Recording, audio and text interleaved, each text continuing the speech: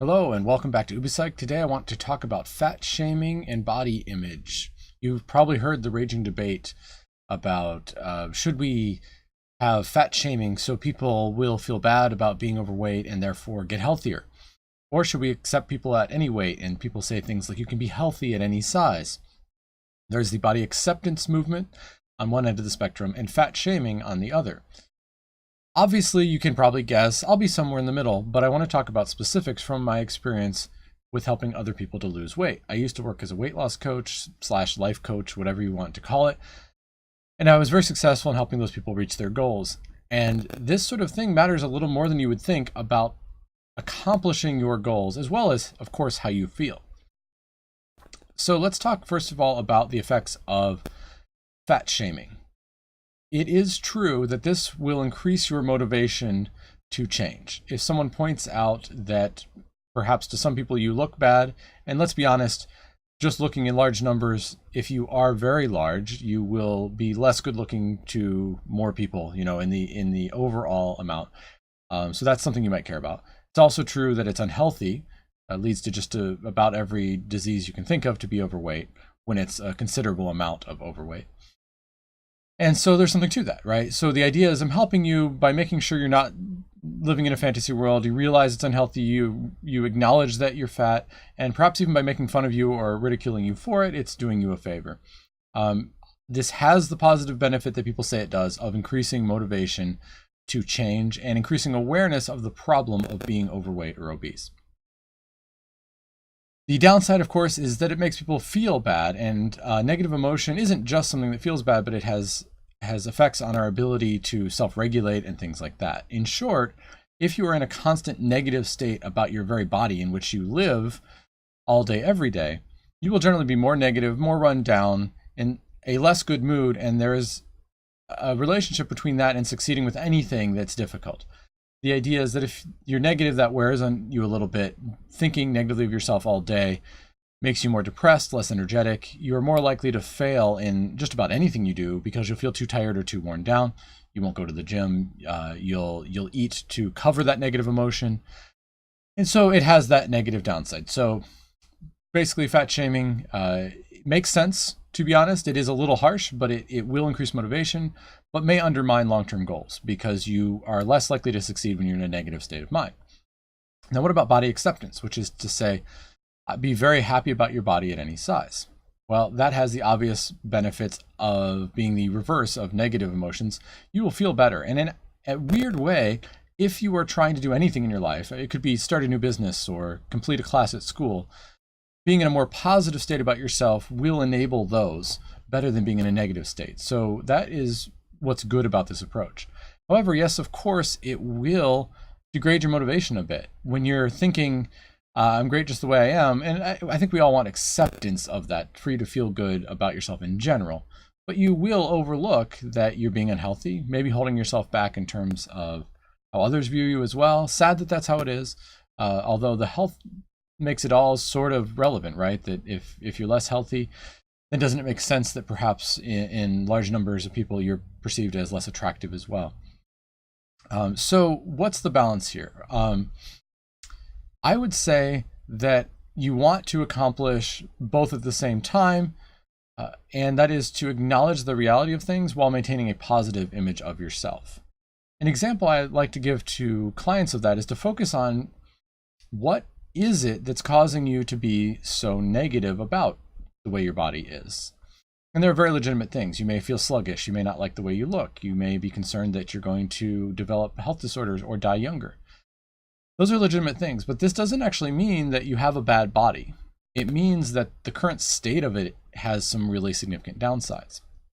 So it's better to think about it in terms of that your body is actually functioning really optimally when you're gaining weight. And in fact, those who can gain weight compared to those who can't, or those who gain it easily, are in a way almost better adapted. They're sort of the electric cars or the gas sipping cars of the genetic universe. And what I mean by that is your body is more efficient in the world it evolved in. So it actually is well adapted, and it shows that you're healthy. When you easily lose weight, that can be a sign of serious disorders and diseases. So It's really something that shows the robust health of your body, that you're storing extra calories. And it's something that's happened as a survival strategy. It has simply kept you alive and your ancestors alive, and it would keep you alive in a famine. It's not truly bad. It's just gotten out of control. As well, you're not wasting as many calories as skinny people who can eat whatever they want and still stay slim. Now, again, that's not always the reason they're slim, but some of those people eat a lot and they're actually very wasteful. You have to watch what you're doing. You have a lower metabolism. Well, that means your body's more efficient. You get through the day on fewer calories. Your basal metabolism is less. It's actually more efficient. Like I say, an electric car or say, a hybrid vehicle is more efficient and more advanced in a way. It doesn't need as much fuel. However, the downside is when we're in an abundance of fuel, that ends up being negative. So that's just one example, but that's how you can view this differently and say, okay, this weight is hurting me, but my body isn't messed up. I'm not screwed up. I'm not an idiot. I'm not dysfunctional. I just have a little bit too much weight. And of course, you could also focus on other more positive aspects of your body. If you have a lot of strength, or you're able-bodied in general, that's another path that you can get into more. But try to maintain that positivity while recognizing the part that is a problem. This is too much weight. My body is actually a great body doing just what it should. It's more efficient than the other bodies around me, which is why I accumulate more calories. But I don't want this to kill me, so let's do something about it. One more issue to add to this is something called hypermotivation, which just means too much motivation. This is another big risk that gets overlooked of fat shaming.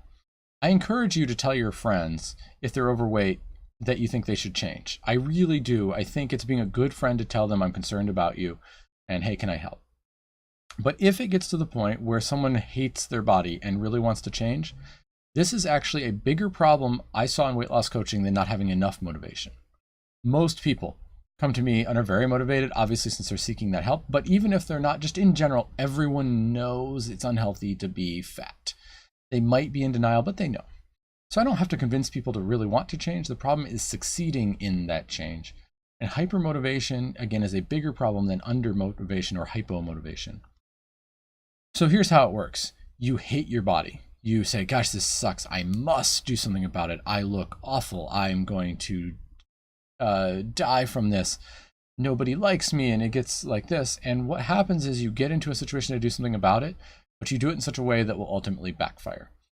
So what happens in that case is you go to the gym because your fat body is just atrocious and can't be tolerated. And so you hop on the treadmill or the bike, or you hit the weights and you hit them hard. And you do that every time you go. You're just kind of like, I've got to do this. I hate this body. I hate myself. I hate this sort of thing. And it doesn't have to be about hate, but just you go in and you really do this. Well, what happens in that case is almost a guaranteed path to failure. When people go too fast and too hard with exercise, they create a memory along with that. Conditioning, if you understand the idea of conditioning, we do things for reward and don't do things that lead to punishment and so on.